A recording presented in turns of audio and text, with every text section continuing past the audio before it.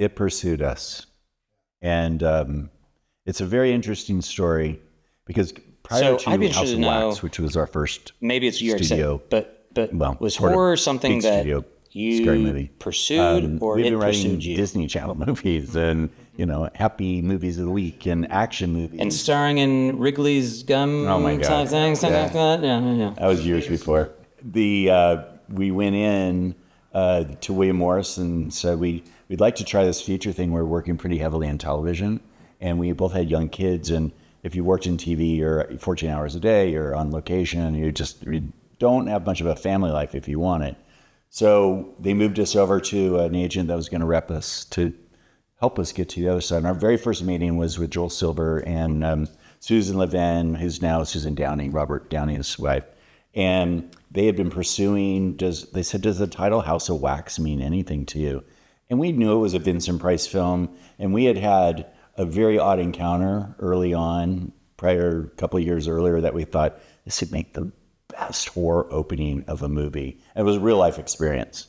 And so we went away and we purposely decided not to watch the Vincent Price movie because they've been trying for a year or two to get a take on it. And our feeling was all the writers probably did that and tried to figure out to remake that. So let's use the title. So Carey and I are on a road trip with our younger brother to go up to Canada to go to a family reunion. We pull over about 4 a.m. just to sleep for a couple hours. We go up a fire trail.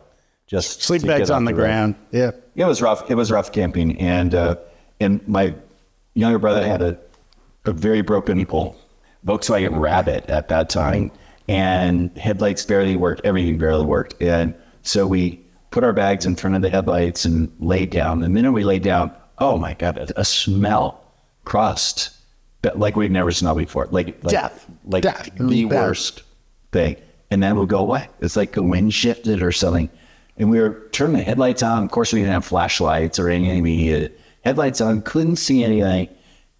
Second time we awakened to that smell at the exact same time, a pickup truck with its headlights on is coming up the trail and literally stops 20 feet from us, 30 feet. Headlights high beams on all three of us. And you could wear a baseball cap, silhouetted by a moon, right out of a movie shot, and rifles on a gun rack behind him. So we all got out of our bags and like, who are you? What do you want? What do you want? Like this. And just kept the engine going. Then he put it in reverse and backed all the way down the trail.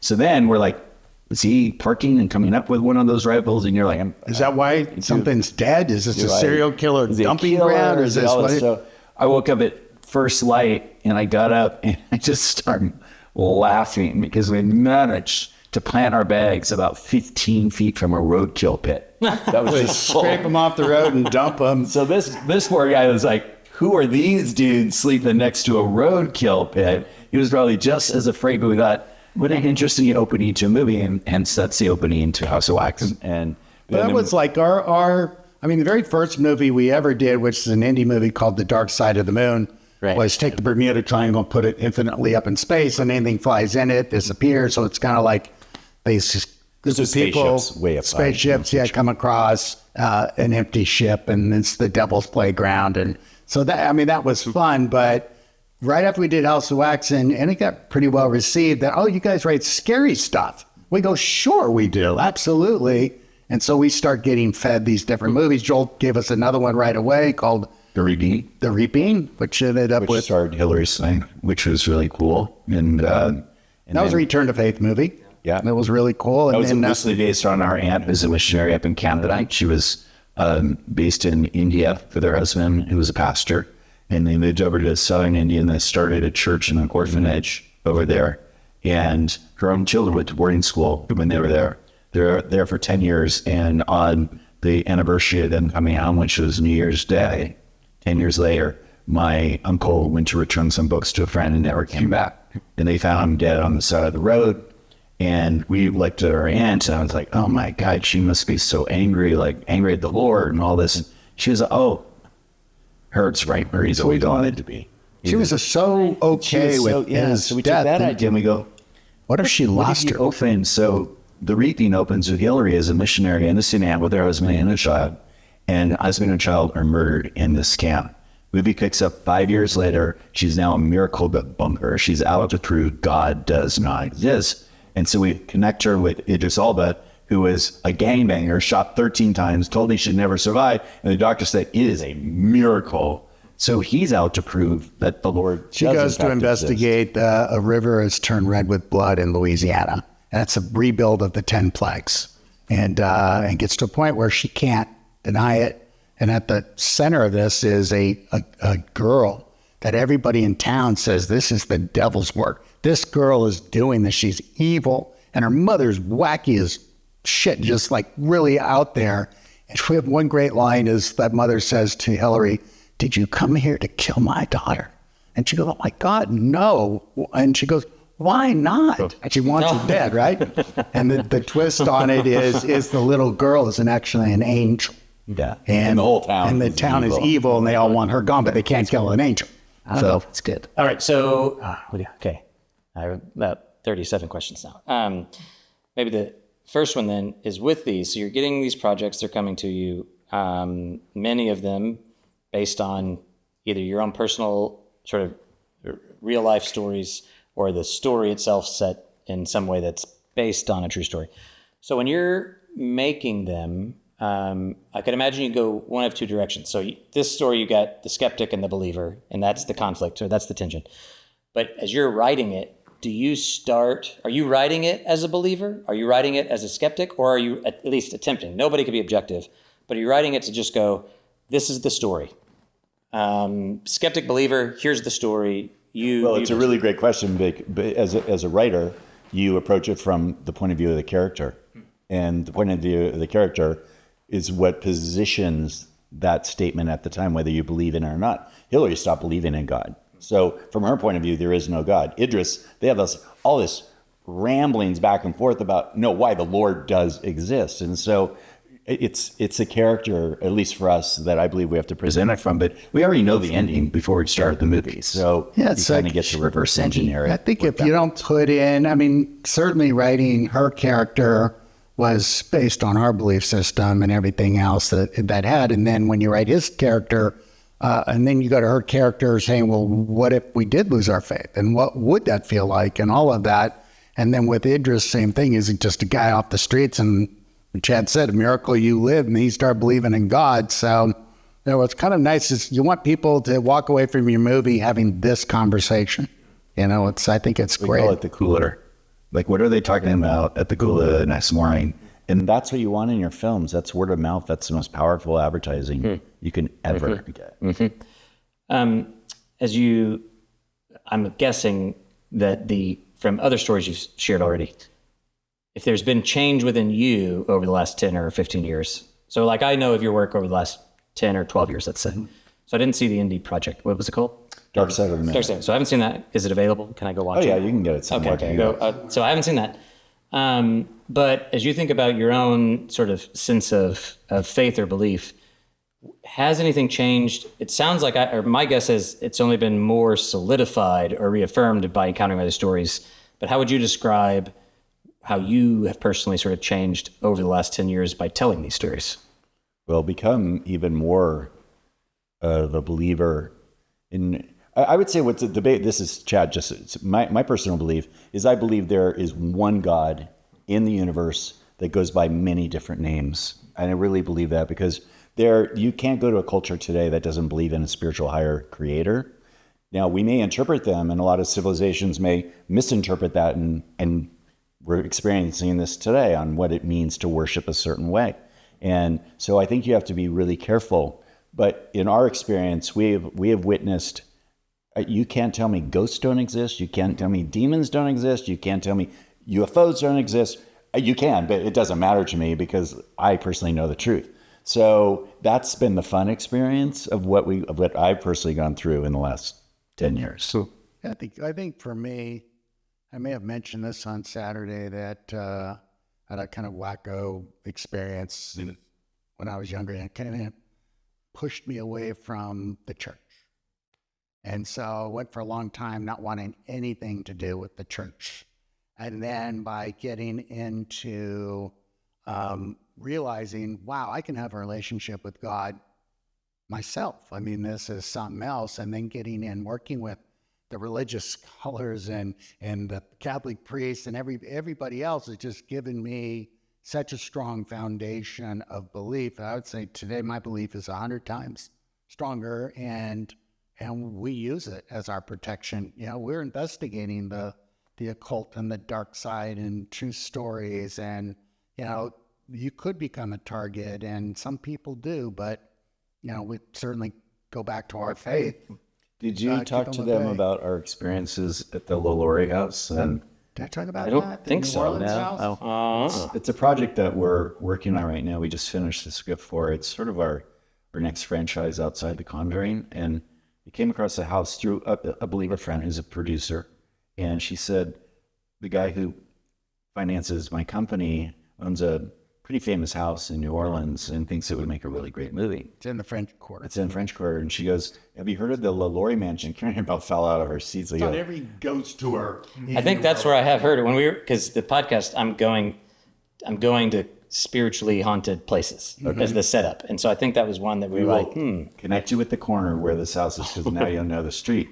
And literally we go there, and Carrie and I are like all over it because it has such a history. And when we came out of our residence, nobody had been in. I mean, outside people had not peeked in it's there. got famous because Nick Cage used to own it at one point, but his wife refused to go in it, and he only used it as his office, is what we were told. But anyway, so we go down there, and we're with like adults like you guys, and we go there, and we're invited to spend time at nights there if we want. And the first time we go, no, I'll just stay at the 8th, and we'll go in and we'll check it out. And the first time we went down there, really weird stuff happened. Karen and I kept hearing a baby cry everywhere. Did you hear that? Yeah, it's a and you stayed overnight, or this is during the day? Not first time. Second time. We've been back 5 times since, and we stayed. We wrote the first draft of the movie there just to say that we could. And here's the difference: is I never felt threatened by anything there. I never felt like, oh, something's going to hurt me. But 2 people did. So in those 2 people, I don't know where they are in their belief system, but we have always felt like we're protected. And if I'm really scared, I'll just pray for it and ask for angels and the Lord's protection. So, but there was an exceptional experience that happened very early one morning with one of our producers that refused to ever be in there again at night. He just will not go to that place. So I find it really kind of interesting when you say how you become in the last 10 years, because nothing's happened to us, the 2 that probably are the strongest.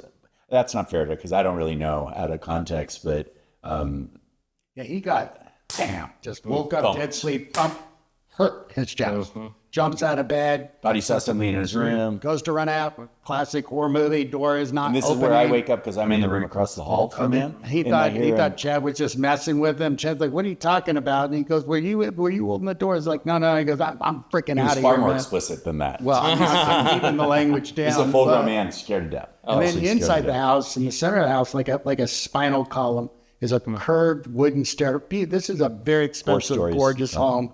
And there's nothing spooky about it. One of our guys is on the 4th floor looking down, and we're getting ready to just, I don't know, we're talking about getting ready to do something in there. And he goes, "Oh my God." Look, and he comes ripping down the stairs. He goes, "I am so out of here." And we're like, what happened? And he goes, "There was just a guy at the bottom of the stairs. It's like all in black. He had this top hat, and he looked up at me and then walks and disappears right into the wall." And he's like, "No, I'm not staying here. I'm gone." And unfortunately for him, you can't rent a room after midnight in New Orleans because of prostitution. So he had to come back, and he slept in the same bed with another one of the producers. Said, "I don't care what, I'm staying here, man.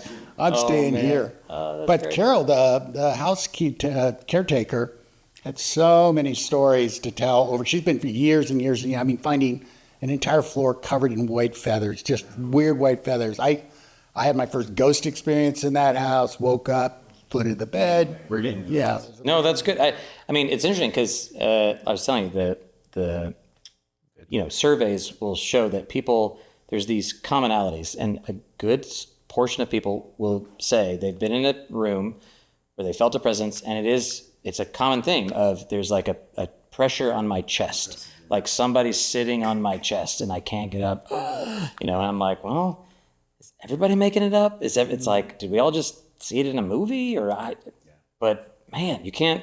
Okay.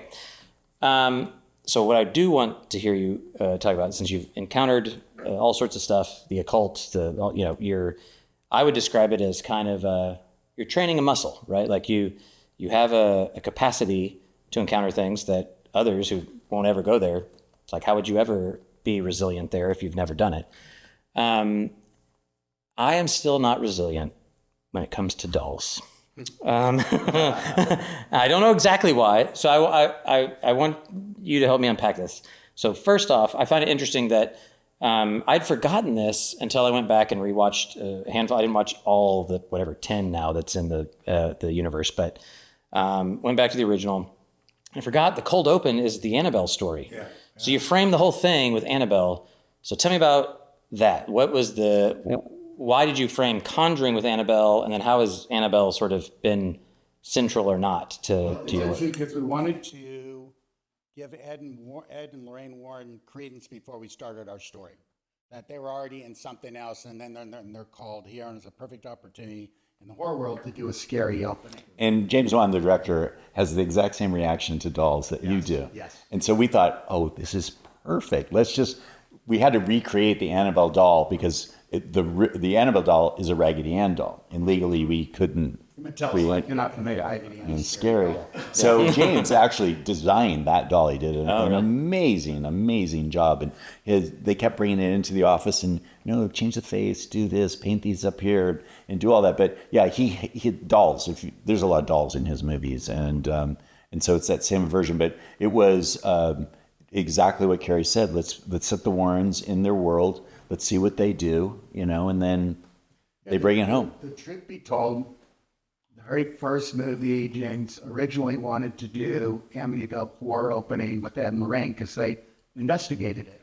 Right. That's why it ended up in the second one. But the reason it wasn't in the first one is the studio said, well, we're not promoting another Studio Nelson movie, and which made total sense. And then James like, okay, I want to do this for the Annabelle doll. And actually had, there were real life experiences, those nurses that we read. And it was pretty freaky what had happened. But it's like everything you're not supposed to do, you're like, you what? What? So that opening is basically what they actually did. The nurses are like, okay, so we accepted that she could come in and, This little 9-year-old girl, we felt sorry for her. We felt crazy that when you watch the movie, the actor who played... we care for people. But the actor who played the boyfriend looks somewhat comatose when you look back. Yeah. Because a scene got cut out of that opening where extreme trauma happened to him just before he was being interviewed by the Warrens. And so, this is... when he cut scenes out, you don't know why it's that way. Because in the final, he has no lines or anything. Zero. Right? He just sits there. And but he had stuff to do. He'd gone into a room. He got attacked into a room, and so you're seeing him post-attack in the opening of the movie, which still works. You don't know why he's that way. He's just so traumatized. Yeah, but it's weird that something like a doll, a happy-go-lucky, Chucky doll.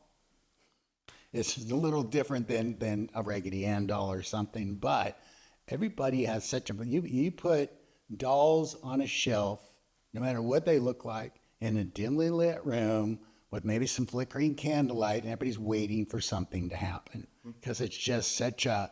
They look a little too real, and, what are they really, and all of that. So it's a good trope to put And the larger they get, the scarier they get. That's true. Have you seen Megan? Yes. Yeah. So that's that's like a new version. It's like now AI is like what used to be spiritual stuff. Like now we fear this unknown and unknowable thing that is artificial intelligence. Yeah. And it's like, it's the same as like the unknowable supernatural realm.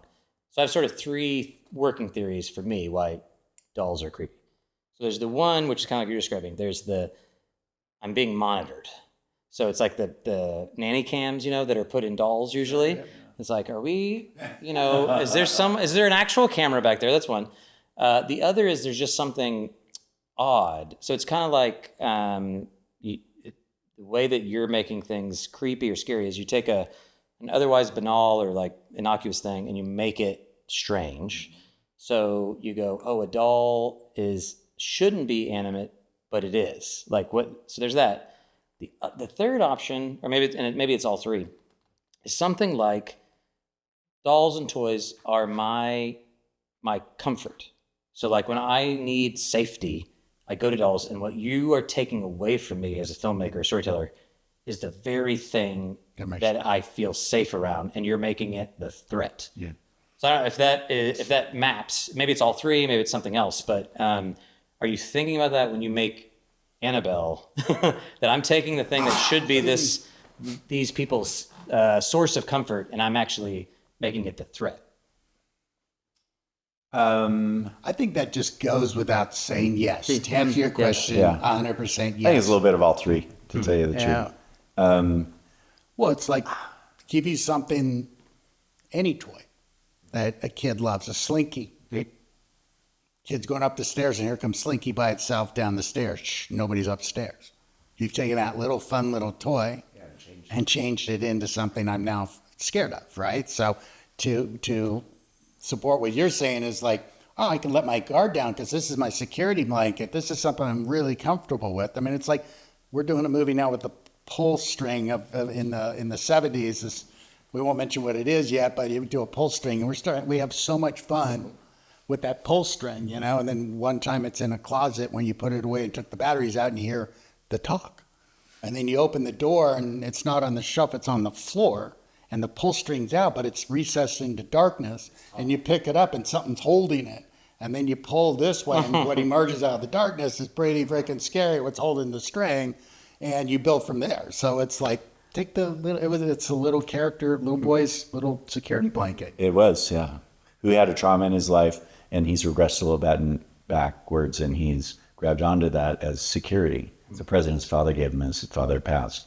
And so the concern is, this is all very normal. The therapist says, we understand, blah, blah, blah. So you're pacifying the parents to not really pay too much attention to this really scary stuff. Because you always, in our movies, you fight. The biggest question is, why don't they just get out? Just leave. You have to satisfy that every single time. Hashtag get out. Thank you, Jordan Peele. There you go. Yeah. And it's, but it's true. It's really true. And you work really hard. I mean, in The Conjuring, we just say the line in the movie. We're a family of 7. Who's going to take us in? And Roger, we got him out of the picture. We made him on the road all the time. And we also said it's like stepping on gum. No matter where you go, it's going to come with you. That was a good connection too. Like, it's going to follow you, you know. So that's my next thing, because there's other, and most, I'm trying to think of, maybe this is an exception. You could add the woods. The woods are kind of scary in their own right. But you have homes that are also places that should be safe, right? And they go to a place that it's like, oh, it's, you know, sort of, it's either the suburbs. So you think of Poltergeist, right? You go to the suburbs where we have gated communities or whatever. It's in Agora Hills, nothing bad. Actually, my brother just moved to kind of near Moore Park. And he told me apparently it's the least, like, lowest crime, one of the lowest crime cities in the nation. I didn't know this, you know, that's right next to Agora Hills, right? Yeah. So you have it's the suburbs, or it's like, we'll go out to the country, nothing bad happens here, and then that becomes the site of like the most like evil thing you could ever imagine. Is that part of what makes it even more threatening or terrifying? Because it's not, you know, like we were saying before, like a dense urban environment where you think someone's going to come get you at any moment. This is where I should be safe. My family of 7, it's my home. And now I can't trust anything. Yeah. Well, yeah. Again, it all comes in your setups. I mean, in The Conjuring, we want our girls to live out in the country, to experience fresh air, not live in a city and, oh, look, a dumb dog won't go into the house. Dumb dog. And then you're like, oh. Dog was the smartest one of all of them. Like, the brightest one there. So I think it's fun to take something and turn it upside down. Like something's going to make you feel comfortable. Like even, you know, the classic babysitters in the house, it's all locked and the phone rings and I'm upstairs, and then you go, no, we'll lock the house, and then there's the front door wide open, right? And then now it's a personal. Do I leave or do I go save the kid? That's my job. So you take those confines that are, you know, wrapped around you to make you feel safe, and you crumble them. And then automatic tension. So we can scrub this because, you know, I'm talking about him, but for the conversation. So we had Pete Docter on the podcast, and I was like, I wanted to know, why do you make such terrifying movies, Pete Docter? And all your Pixar movies are just terrifying. He's like, what? I go, so I have a story about at the time, she was 6 and like, she wouldn't go see Inside Out because it's scary.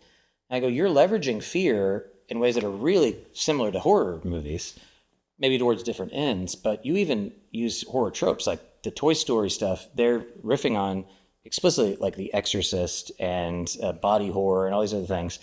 And I asked him the same thing, like, why are dolls so creepy? And he's like, oh, I don't find them. I always imagine dolls to be alive and stuff. And I'm like, dude, that's creepy. Yeah. Like, but he wasn't having it. He's like, that's fun. And so, so yeah, I find it like it, and kind of where I've thought through of what distinguishes the different ways you use fear in a movie. And so I ran across something, I can't remember who it was, but he said the difference between, for example, like a psychological thriller and a horror movie is psych thrillers, even if they have monsters or supernatural, whatever, is we are using fear to tell a story. Horror films are telling a story to scare you. Would you say does that map onto what you're trying to do, that you're telling a story to scare us? Is that fair? And then if so, why? Well, for me, being scared is a real emotion. It's an emotion that we all feel it. It's that spidey sense that just kicks in whenever fear or flight really, really kicks in. So, I mean, Carey and I would strive to write, if we could get this honor, the scariest movie ever made. I mean, that's an amazing challenge. That is, and so what is it? Have you shared the roller coaster analogy with these guys? That I don't know if I did. When we set out to write these movies, we compare them to roller coasters, because you buy a ticket, you go into the theater, you're safe. It doesn't matter. The movie opens and you're going, tick, tick, tick, tick, tick, and you're getting to that very first hill where you don't know what's going to go on, and whoosh, like this. First scare, very first scare. Whoosh, this way, another scare, and then we got to slow you down and pull you up. Catch your breath a little bit. And then we got to just work on building that tension again. So, but when the ride's over, you know you're not going to die. You know you're not going to. You're viscerally experiencing the emotion that we want you to experience. That's on any film level. That's exactly what you pay for in your ticket. And nothing's more satisfying as a filmmaker than hearing that buzz, like, oh my God, they are just droving to watch your movie. And that comes from word of mouth on opening weekends. Generally, the buzz is just, we watched Twitter on The Conjuring. You couldn't stay with it. It was going so fast, and I didn't even know what that meant then. Yeah. I had no idea. Yeah, but I also think that, in my opinion, I mean, because we're storytellers and we get hired to write a scary movie, right? So what are the ingredients of scary movies? So you got your environment, your characters, your antagonist, all of these elements, come into play, but the key is you write a scary movie that has a bunch of different scares in it, right? That are all intentional, absolutely intentional, because people like to be scared in a safe environment, the roller coaster. Yeah. There's nothing more rewarding. The movie theater, at home in your living room, on an airplane watching your phone, But sitting in the back of the movie theater, one time, Chad and I watching early on, packed audience, reacting to our movie, and we're in the back just watching them watch the movie, and I'm like, these guys are reacting off nothing. We'll just wait. It was so rewarding. We had two ladies in front of us that were screaming at the screen, screaming and going. And there was me. She just honestly go down in that basement. She's a fool. She got fooled. But that made it really, really fun, really fun. And then the challenge as you do 1, 2, 3, 4. It's like, if we don't have to go into another attic and a basement again, I'll be very happy, but they are organic to scary things happening. How often or how early in the production sequence do you sit in with audiences?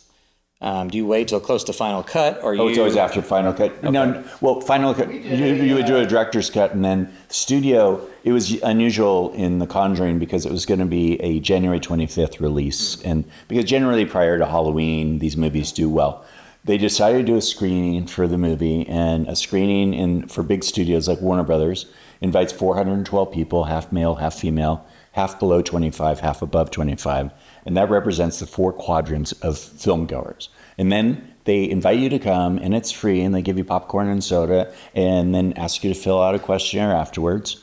While they're compiling all that information, there's a moderator who's taken 20 or 22 people and has them face the screen. He's facing us, the writers, the executives, the director, film people, studio, and we're all just listening. So this one particular moderator came out, and this is the first testing we had ever been to, Carey and I had, and he goes, and there's the thing you want to get, it's called the top 2 box. And the top box is this. How many of you, just raise your hand, absolutely love this movie? Every single person raised their hand. How many of you would recommend this to a friend? Every hand went So up. right there, it's called the top 2 box, and that's what you want. And so in Def Rec, which you definitely recommend, it costs nothing that's not advertising dollars, that's just word of mouth. I love it.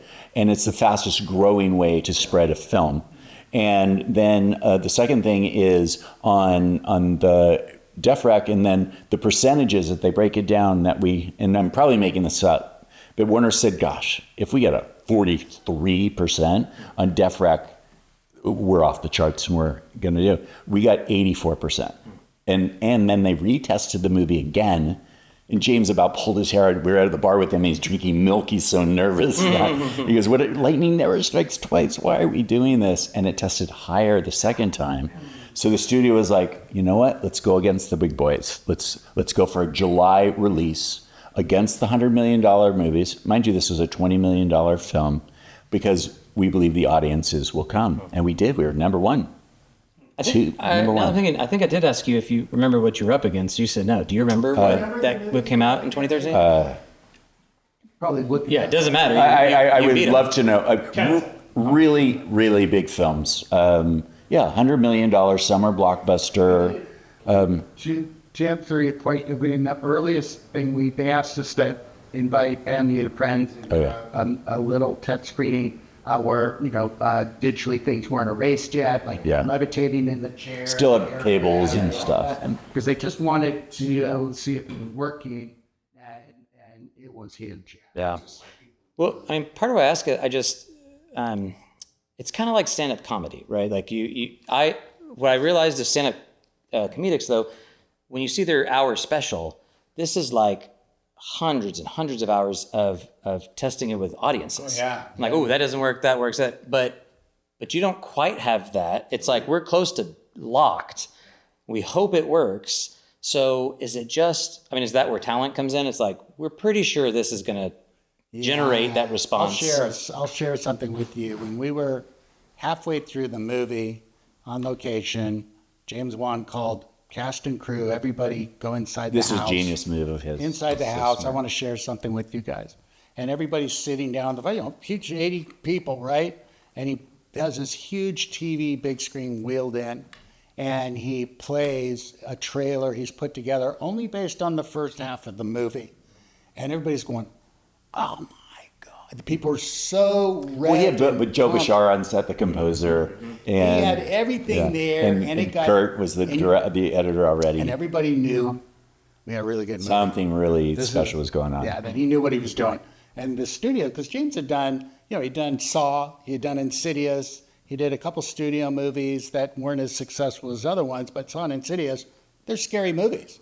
James would do what you want, it's, There's tried and tested because we know we've done it previously. And then, I think in all scares, you try to be as original as possible, but it's like you remember certain scares, like I was telling you with the dresser, right? It was you guys say, the dresser and the Bible and the socks made into footsteps. They go out the thing. You just make mental notes when you hear these stories. Like, man, I'd like to visually make that happen. That would be really super cool. I would say it's very hard to be original. So try your best to be the best derivative of something you found really super Carey. I mean, the most flattered Carey and I are now is when we get sent scripts to read and we're reading, we go, this is right out of our movie. It's the exact same scare, or you're watching films. And I can't tell you how many scary movies I've now seen with the bouncing ball coming out of the corner and stuff like that. So, you're flattered by it. It was in it and it too, I think, is that same sort of bung, bung, bung, bung, bung coming out. Oh man. Oh. So you got the Twitterverse is going nuts. Everyone's like 80%, yes, I'll tell a friend. And yet, I mean, and this is what, at the conference, I read the ending Ed Warren quote of the first Conjuring. And I'm like, at the same time, I mean, everyone's like, yes, I'll watch this. I love being scared. Let's do it. But I can't imagine, I mean, even the films we just read, not a single one of those, Man of Steel was like sort of Christological. It was almost like on the nose. You have like Superman, like, and there's a cross behind it, whatever. But that's about as close as you get. But your films are like unabashedly, not just religious, but Christian even. They're going gangbusters. So what are you doing right that all the other folks that are in this sort of like, we're Christians creating media aren't getting? It's a very simple answer. We don't overtly set out to make a Christian film. We set out to make an entertaining movie that has a Christian story in it. And so The Conjuring was never meant to be a faith-based film, although our leads were two people who their only tools were their strength in prayer, basically. So that really resonated with an audience, and they understood. You know what? Early on, one of our favorite movies is Scott Derrison's Exorcism of Emily Rose. Yeah, and we think he did that brilliantly because you're in a world where you needed explanation. One question that had kind of come up is, so this other little story I've been working on forever. Every time I go to Sundance, I come away going like, okay, I got to finish my screenplay, But I can't figure out, is it a novel, a screenplay, is it a short story, et cetera. And a couple people that I've had read it are like, oh, this is a cool idea. Way too expensive. This isn't a good movie. It's too expensive. But horror, supposedly, one of the other benefits in terms of just practicality is they're cheap to make and they make a lot of money. Does that, when you're writing, do you think about that at all? Maybe now you do if someone comes to a project, but if you're like, ooh, we really like this story, is it more whatever the story demands, or is it, but... We don't think budget when we write, unless we're hired by someone who says, this can't exceed $20 million or $10 million or... Is it spec? Spec, go for it. I would never limit yourself. Best foot forward, best story. But you know what? Today's day and age, I bark a little bit against it's too expensive because we've seen movies that are so freaking expensive. CGI has really conquered the world as far as whatever your imagination, look at Inception, look at like these crazy journey movies, that if it's a good story, it will find its audience. But if you want to know, you write the book. Then you get all your readers, and then, hey, you sell your movie rights and you write that. It's hard. It's hard to write. It's not hard to write for budget because, if you want to keep a movie inexpensive, create a horror movie that takes place in one location. Yeah. It doesn't have special paranormal. Yeah. Prove that one. Yeah. You can do a all huge practical thing. scares. Mostly practical scares. Literally locked in the box. I heard there's a producer friend of mine that said, because I think, did Spielberg produce that eventually? It was Blum that did Paranormal. So maybe it was him that put him on the map. Yeah. That said, at one point they're like, oh, we're going to reshoot this. And they're like, no. The thing is, it is low budget. Like that's what actually makes it the terrifying thing that it is. Yeah. This is, rumor, but that's interesting. Okay, so back to your Scott Derrickson story. Exorcism of Emily Laura Linney. I was making a point about embracing, that it wasn't although it had the Catholic faith at the base, it wasn't down your throat Catholic faith. Well, it was the point of view coming through the point of view of a non-believer. That slowly became a believer. Laura Linney's character as the attorney was great. She couldn't ignore it anymore. Stuff just kept happening. And they had 3 point of views. They had Laura Linney as the attorney. They had the therapist that's dealing with its schizophrenia or not. Then you had the priest who's saying it's not. She was possessed because he was the one that was on trial, right? And then you had 4 point of views, her letters that she wrote to the family and to him that he got to read. So it covered all bases of belief, right? I mean, some, not, yes, and I'm possessed, my point of view. So faith always finds strength.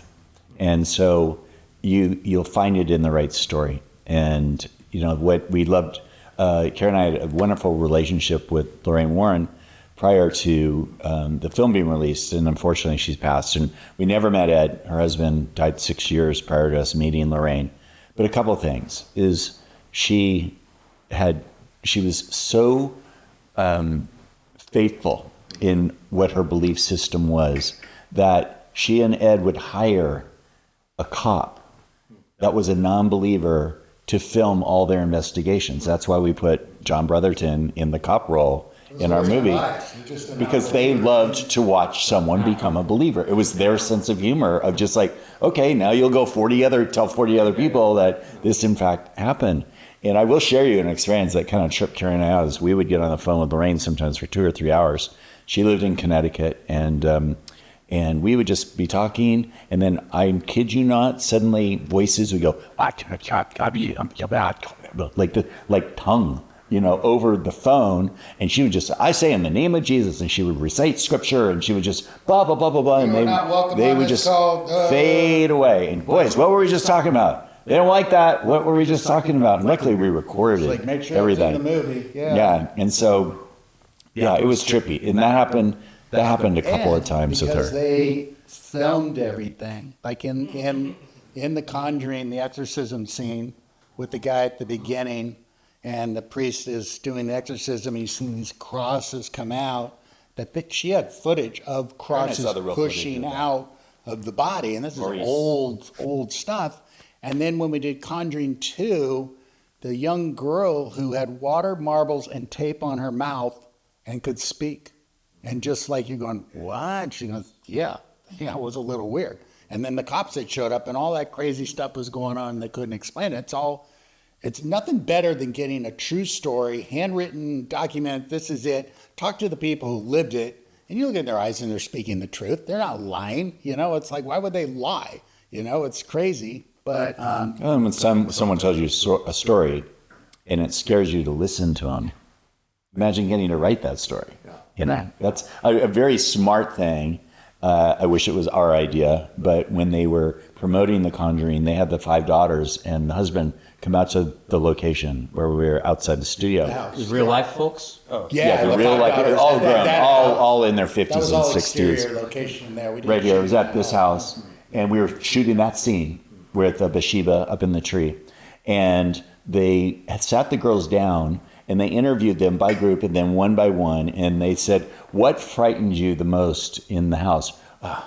Well, there was this little boy, Rory, and I thought he was my friend, and bam, we cut to Rory in the movie with the thing. So we're telling the audience, this is in fact a true story. You're hearing it being told from the person it happened to it being made from a filmmaker's point of view. And we did that. And I only wish that we were filming, because the 5 sisters came walking around the corner of this house right as we're shooting that tree. And the youngest one, Cindy, full grown, looked at that and literally collapsed to the ground and turned her back to it. From the tree. Turned her back to it, just was freaking out, and God scrambled her knees and ran to the front yard.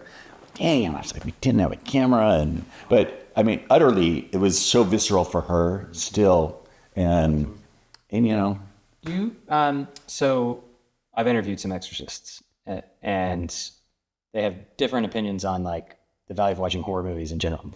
But one in particular, and I was like, well, what do you see that's good? Or how are these represented well in films? And he's like, well, here's different ones. And he goes, but one that I can't handle is The Conjuring. And I was like, oh, why? And it wasn't because of the film. He's like, I just think the Warrens are odd. So this is a Catholic person. I know this guy. I know this guy. So, and I go, oh, say more. So I actually, in the interview with him, in the podcast script, I'm stopping and going, record scratch. I go, okay, now there's a difference here between let's talk about a film and its value, and then what one religious representative thinks about another. His critique is actually about the Warrens themselves, not about the film or their stories.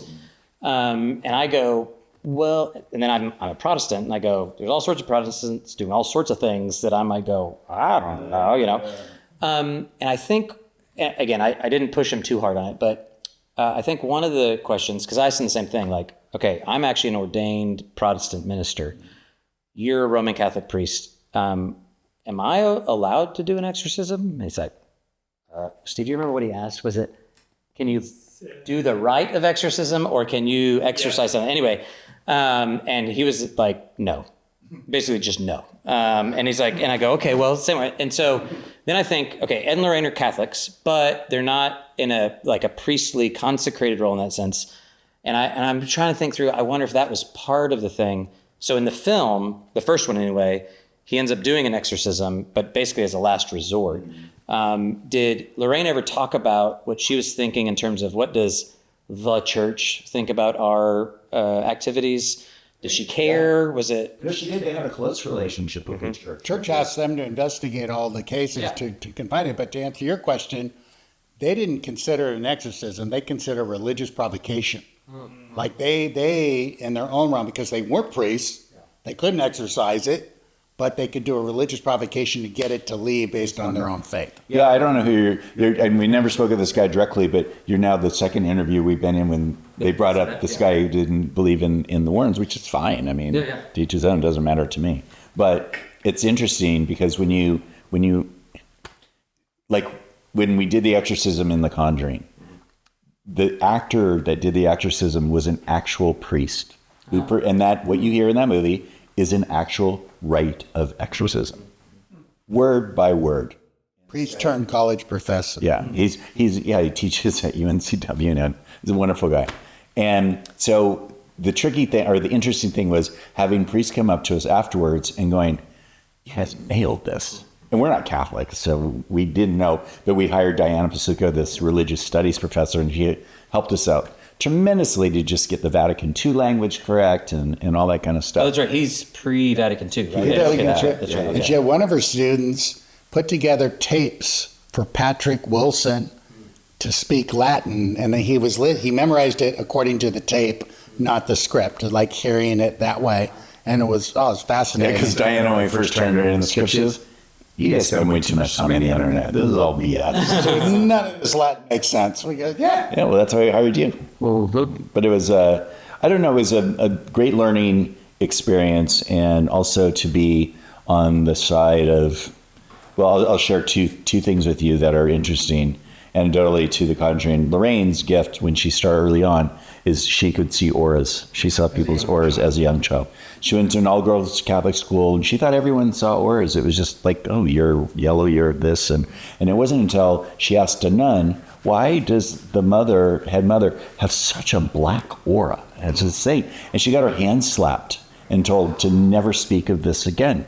And Lorraine had told us this story early on. So we're on set, and one of the gaffers comes up to Carey and I, and he goes, "Can you ask Lorraine a question for us?" So I went, "Well, she's right there. She's very accessible. I don't want to go ask her. Can you ask her what an aura in the shape of a very red top hat means?" So we went, "Sure."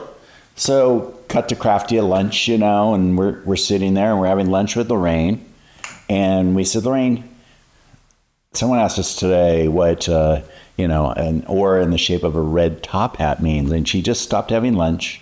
Her eyes perused everyone in the tent or wherever we were. And she goes, "Was it him over there?" And it was. And she goes, "I'll be right back." 72 years old or whatever. And she gets up, she goes over, she slides her hand over his shoulder. They get up and they leave. I have chills right now. They get up and they leave. Comes back 15 minutes later. You could tell he had been very emotional. And she sits down and she goes, "It's not there anymore." And so we were like, "Wow, what was it? Can you share?" And she goes, "It's anger, but it's bad anger. It's dangerous anger." Turns out he was going through a nasty divorce, losing custody of his child, losing all of his money. And the one time he could be with his child, he had to make the money and come on a movie set and not be with her. And he was just so torn and angry over the whole thing. A fairground with a camera that they take pictures of you. When you go into like a circus or when they come take your work, you can really take photographs of it. And so it was. A really funny movie story I'll share with Lorraine. When the first day she comes to set, and it's the scene where Lorraine falls down between the wall, right? And so we're at the video village, and Lorraine's got the cans on, and she's sitting in the monitors in front of her. The video village is in the house. It's just a room that we never ended up using, so it turned into the village. So everything's happening in the hallway up the next room, right? And Lorraine drops down, and Ed's going, Lorraine, beating on the wall. Where is she? She goes, I'm here, Ed. Ed, I'm over here. I'm here. And everybody started dying laughing. And I'm sitting right next to her and I go, oh, wait, okay, we can't talk. We can't talk. Quiet on set. He thought it was the funniest thing in the world. And she did it a second time. Oh, man. Couldn't help herself. I'm in here. And it's like, okay, Lorraine. Was that scene a reenactment of something that actually happened with them, or do you know? Yeah, there was entrapment in walls there, and there were spirits entrapped in walls. So we used a little bit of that. It was believed not so much that Lorraine went down, but they believed that at some point there were a bunch of soldiers trapped in the walls, Civil War soldiers, and then. No, and now I'm recalling not the exact story, but of Ed being separated from Lorraine and not being able to find her. And I can't remember. This is 9 years of lives shoved into 2 hours, basically. And you've got it. A lot of people don't understand that. Maybe we should talk about that for a second, of taking artistic license on what people's real lives are, because they'll go, oh, that's not the way it really happened. Well, the way it really happened, people aren't going to believe it, for one thing. And secondly, we don't have enough time. And so we got to condense it down.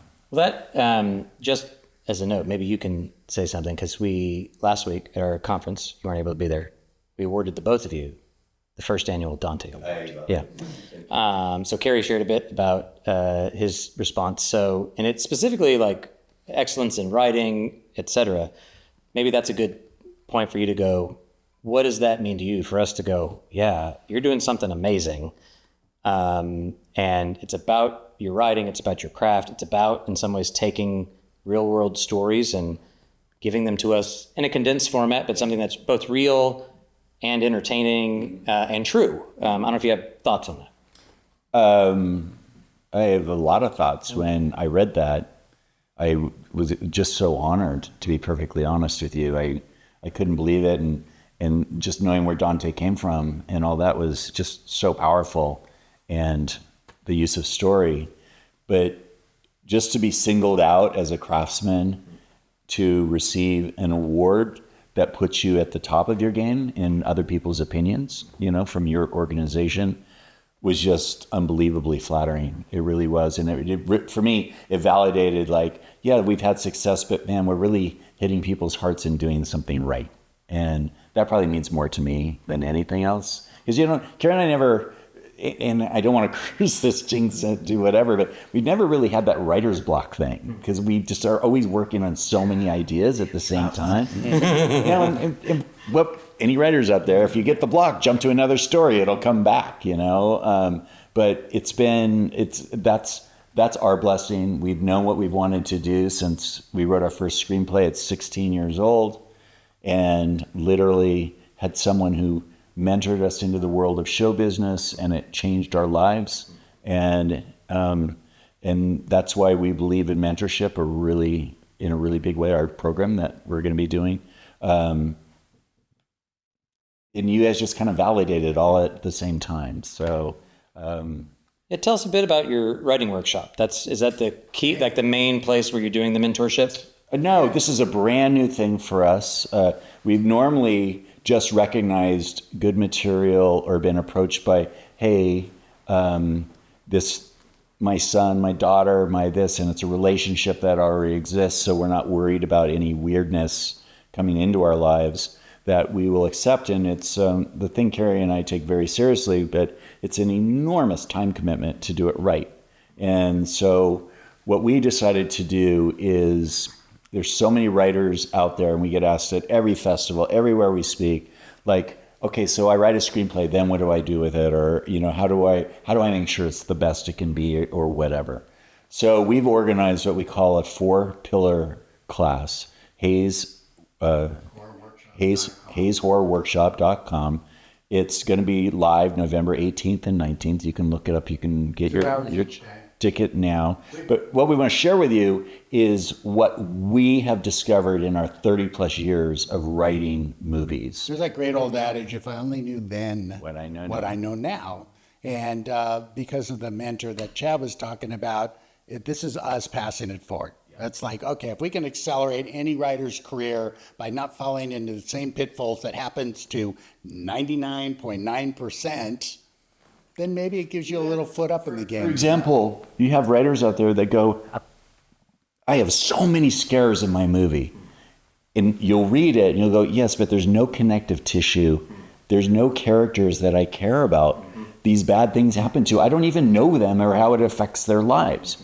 And you got to get away from having your mom and dad read it and tell you how flipping great it is, and get real industry people to give you honest critique, basically. Down, like the 4 pillars, and one is, why is this idea warrant being made into a movie? What is special about it? What are you going to spend a year of your life on it? Why are other people going to buy it? What is different about it? Second pillar is all about character. It's who's your protagonist, who's your antagonist, who's your family members or not, and why, and what's the point of view of the story, and why. And what are the arcs that each of the characters go to, and how do they conjoin?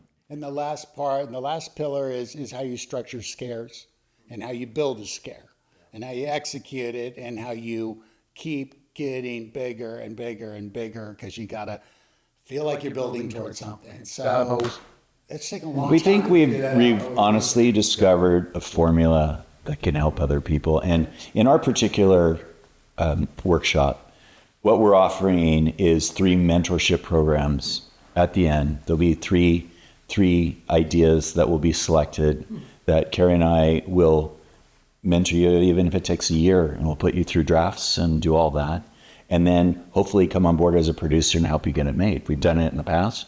We've mentored a handful of kids that have gone on, adults even, that have gone on. One of them, a lot of them are so talented, but one of them just before the pandemic lost his mind because he sold a pitch to Sony for $550,000 and was working at a restaurant. Mm-hmm. But we kept telling him, you're too good. It'll happen. You're just too good. It's going to happen. And he went out with a pitch. He did a very smart thing. He created a short story that his agent submitted without the ending. And so, do you want to hear? Super clever short story. Really, really clever. And he got a bidding war. And it's exactly what happens. It's exactly what you want to happen. I was telling you about Rob Belushi and Corey Miller saw their little movie at Pepperdine and convinced them to turn it into a screenplay, put it through the ringer. They probably did 50 passes on that script. But our adage is, and we're going to teach this in the class, is, you guys, it's your work until it's not. And so if you turn it in too early, it becomes someone else's work. And then you've lost your power. So if you get it to the bones to where it's ready to be sent to a director and or cast and or financed, even at draft 1, we never turn in anything, not one script, until we feel like it's... Start drafts, like production-ready drafts. We don't turn in a script until we really feel on first draft, you can go into production on this draft. Yeah. It saves you all this time, and then you have 2 kinds of writers. You have the writers that write, and the Indians attacked the fort. And then you have the other writers that go, 50 half-naked Indians, donning buckskins, arrows across their back, right at a forcible charge against a massive 20-foot gate of timber. There on the other side are women and children screaming and yelling for their lives. The fort's already on fire. It's mayhem. Soldiers dressed like Confederates shooting back. What do you want? It's your movie. But if you just write, and the Indians attack the fort, someone else has to interpret that. And then you're in production, and we can't afford 50 Indians. Well, if I at least put 50, can you have 10? Instead of saying we're just going to put 2 in there, I think one of the great lines in Dances with Wolves is Kevin Costner, the way that Michael Blake describes it, is he wants to die, right? It's like he sits on the saddle, he rides arms spread like Christ on a cross, he's willing to sacrifice himself, and he goes all the way through and nobody hits him. What's he do? He turns around and does it again, right? And it's like, oh my gosh, that was so freaking visual, so visual. And that idea started from a photograph of that post, that post that's out in the middle of nowhere with no trees, nothing. And Michael looked at that and went, how does that even happen? What is that? Yeah. That is a good movie. It's a great movie. The soundtrack for that thing, How do you, this is just maybe inside baseball and it's a naive or ignorant portion, so I apologize for that. How do you write sound design? Good question. Because so much of what you do is so sound based, and or let me say this, as a viewer, the final product, so much of the scares, everything is like, how do I create the physical space I'm inhabiting? Where is the thing that I think is getting me, the jump scares, all that stuff. Are you writing that in? Are you directing the director? Or do you go, it kind of depends on the director. They catch the vision, they catch what we're doing. Third, it's entirely up to the director, unless you want to specifically put in certain music in your script. And that may or may not be honored, but it might give the reader an idea of what you're looking for. And then you got to make sure it's not so obscure that no one's heard of it. Yeah. And that happens a lot. But as writers, like, I'll use the scene in The Conjuring where the little girl goes down the hallway and the lights boom, boom, boom, like this, right? And she finds herself isolated in her mom's little study. And right when she closes the door, there's bam, bam. And we say it. It is 3 heart-stopping, reverberating, pounding thuds on the door that make her, backtrack or recoil and flip. But that's also physical noise that can be created. To answer your question, though, it's like we don't have credit on this movie, but we wrote on San Andreas, the Dwayne Johnson movie. Worked on that film a couple of years. We were writers on location, and we met Andrew Lockington, who is the composer of the movie. Andrew does a ton of really big films. He is instrumental on like the golden. No pun intended. Instrumental. Yeah, there you go. But his idea on music design really coincided with Brad Payton's idea of design. Now, but to also answer your question, Carey and I are about to direct a film. And so the idea is we love music as a character. And so we really approach it, but that's usually after the scene. But I'll give you an example. There's the movie that we're directing, think Disturbia on a Train. It's a supernatural thriller. It's a thriller with a supernatural twist to it. And there's the sound of a locomotive. There's all this activity and this chase and the music building. And then our lead suddenly has no choice to get away from danger but to jump off the train. Boom, hits the ground. And then literally in the script, silence, deafening silence, not one from her point of view. And then suddenly as her life gets back, she hears the reeds and the weeds and the sound of the thing. And off in the distance, of the train leaving. So that's super important to us. So we write, but now that we're directing it, we get to help design all of it. Also? Yeah. Oh, okay. Yeah. But I think it's also as much as you can put in as a writer, because we always believe that no matter your words are creating a movie on a page. I think the biggest compliment any writer can get, somebody sets their script down and goes, wow, I just saw, not read, I just saw an amazing movie. Because we write visually. We don't want anything left to somebody else's interpretation of that. So we'll talk about smells, we'll talk about view, and talk about sound, talk about all of that. But you have to be very cautious of how you choose your words, or you'll end up with a 200-page screenplay. And nobody will read it. And no one will read it. Yeah. So you got to really be a self-editor and be concise. Super tight. Yeah. Right. Well, side note, at Fuller, I really still, I think it's workable, is to do a thing I've been calling preaching for a visual age. Mm-hmm. So most preachers are skilled at writing, manuscripting a sermon. And that's sort of rhetoric, right? Like I'm going to go say a thing. And it's like, but we inhabit a visual culture. So what if we gave preachers screenwriting tools? So where they already know writing, but they don't know writing for visual kind of thinking, if you will. So what would it look like if we trained preachers to be screenwriters? And they're still speaking it, but they're using kind of the tools that you're contributing to them. This has been my sort of, it hasn't been realized yet, but I think that'd be really effective. Hugely effective. I think it would too. I agree with you. If you do, I even go back to if preachers, pastors were filmmakers and they could go out. I mean, I'm using Cameron's movie as an example. This young man that we also mentored, Cameron Burnett is his name, and he wrote this amazing little 5-minute movie called The Bench. You can see it. He's won all kinds of awards. And the short of it is, a kid walks into a park, and there's a guy sits down on a bench, good-looking guy, and there's a man next to him who's blind. And the guy they introduce himself, and the blind man says, I'm sorry, can you share with me what you see?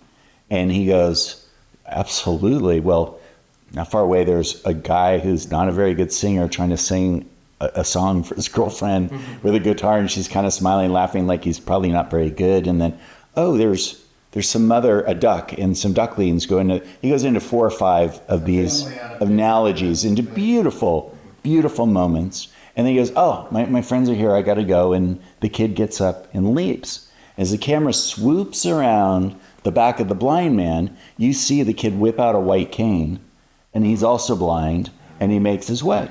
So how do you choose to see the world? What do you choose to see? 5 minutes. If that.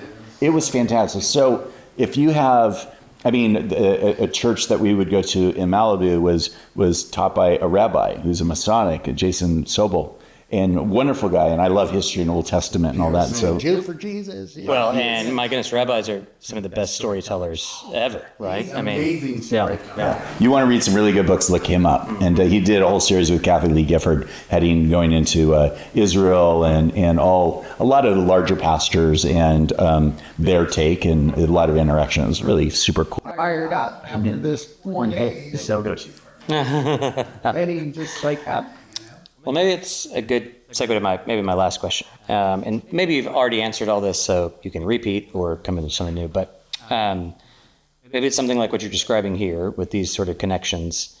But, most of your films are in the sort of supernatural horror realm. So you can describe the word spiritual in whatever way you want.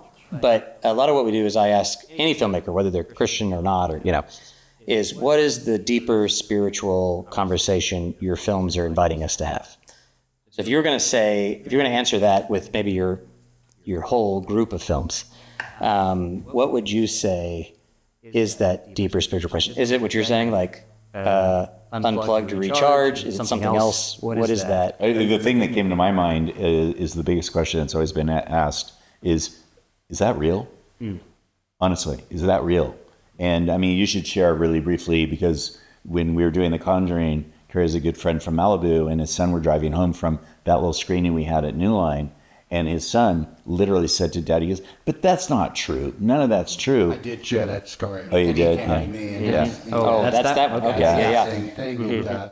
You know what? I would like to feel like our journey is to create campfire talk, is to have people really kind of start to question, are my beliefs narrow-minded? Do I believe in God? Do I have to believe in Christ this way or that? And, it's always just kind of get you thinking, because God's working through us and will create pathways to the destiny I believe you need to go. And there's an old saying that, like, I heard this the other day, and I went, wow, I've never heard that before. God will never give you more than you can handle. I hear that all the time. Another guy said, my friend Murray goes, no, God will give you more than you can handle, so you go to God and want God's help to understand how it will work, right? I went, wow, I'd never ever thought of it in that realm. So I feel like if you send up a flare as a movie, get your attention, like any movie, what does that resonate personally? What did the characters do to you personally? What did the journey do to you personally? And then that's what you take away from it, and that's your relatability. Good or bad, just get you thinking. Or even if it delves into some research, a couple of times, especially after The Conjuring, we were approached by church leaders going, we've introduced your film as a Bible study for our youth group. And they love it. They absolutely love it. And it raises the questions, and it allows them to talk about it. And so little of religion is enough discussion. It's so one-sided that no one gets to ask the questions. But I'm sorry, my best friend is gay, and they're not allowed to be gay when they've been gay since they're 8 years old. It's like, it's so confusing on who's making the rules, and it's just all interpretation. And we have to realize we're all God's children. We all have to learn to live together. One does not harm another person.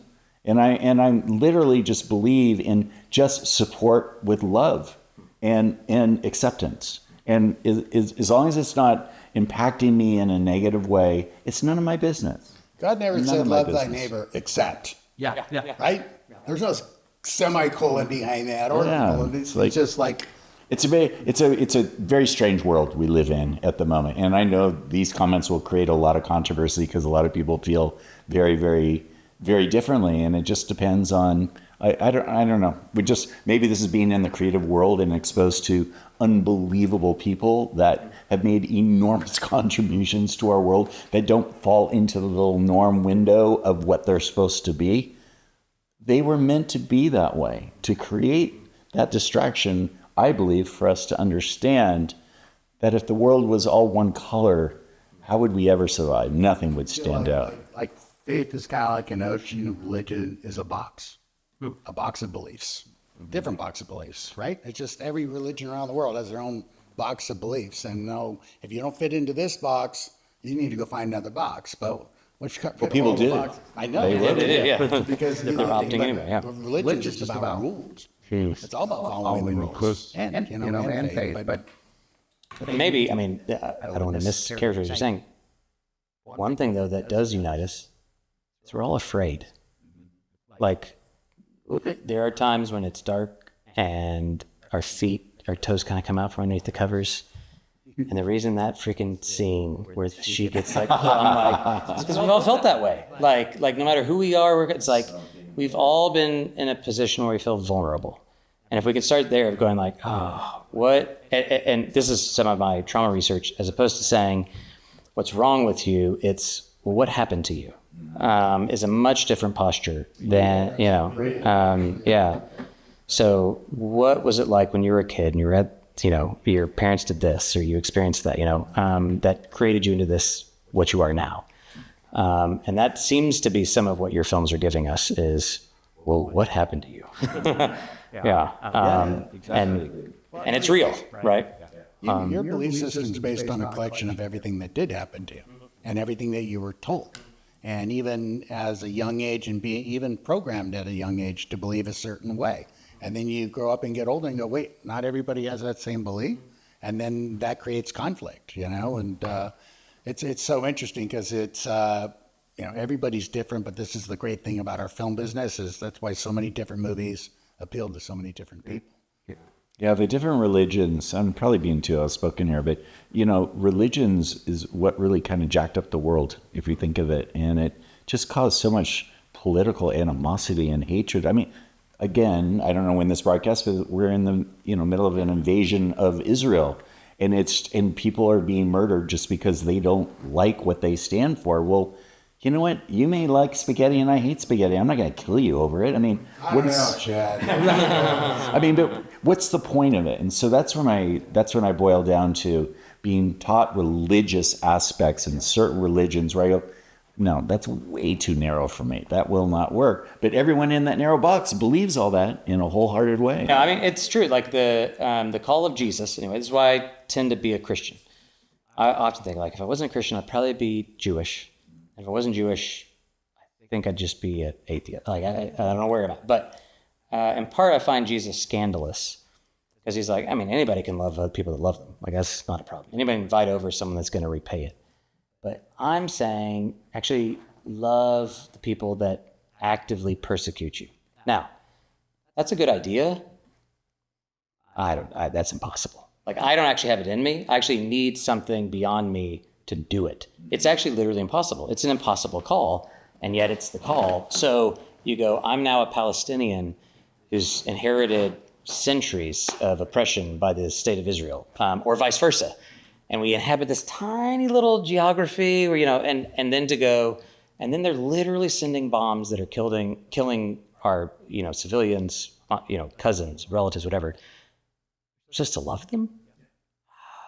It's impossible. And the only possibility, Bart would call it the impossible possibility. That's the sort of call of faith, and doesn't get reduced to doctrine or what do you believe, whatever. It's what does it look like to love an enemy? Knowing full well they're going to murder you.